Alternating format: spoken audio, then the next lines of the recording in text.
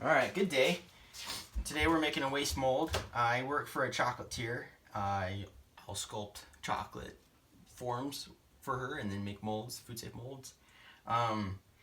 Today we're taking some previous chocolate sculpts that another artist had done for the chocolatier, and what the problem is they're just too big.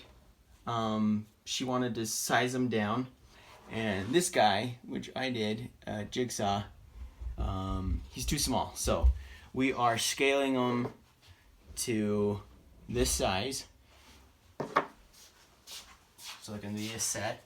We took them to a guy, scanned them all in, rescaled them, printed them off on his Form 2.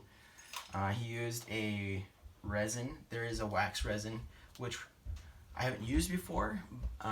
I will eventually. Just didn't have the opportunity this time around. Just to see if it would be a step saver. If I could modify it with my wax pen. I mean, it depends on the texture. If it's too tacky when I melt it, or if it works just fine, then I may just skip this step and go right to the printed wax resin and make my modifications there.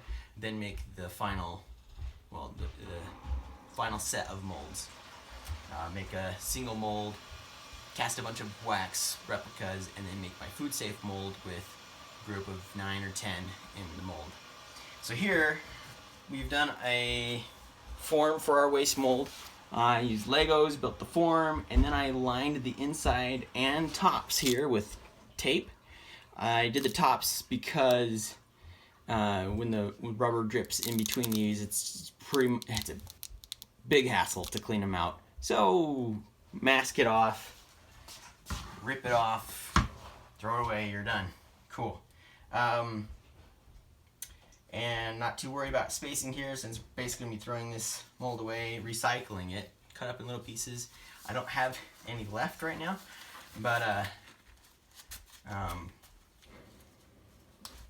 that's the nice thing about waste molds. You're not too concerned about the surface texture, because sometimes a little chunk of the rubber will press up against your form, and then when you pour it in resin or wax, you've got this little indentation from previous rubber.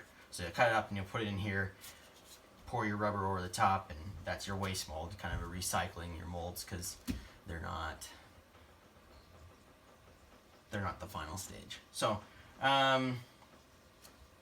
one thing that I started using as well is dental impression material.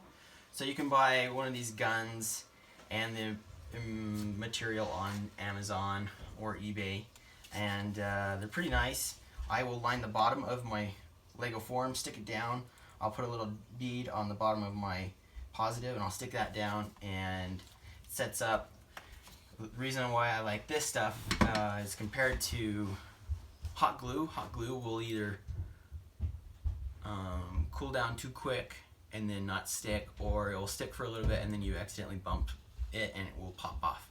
So I found that hot glue is a bigger hassle, and especially when you're trying to line the bottom of this, where you started is too cold compared to where you ended up. So put this, it's a, what is this?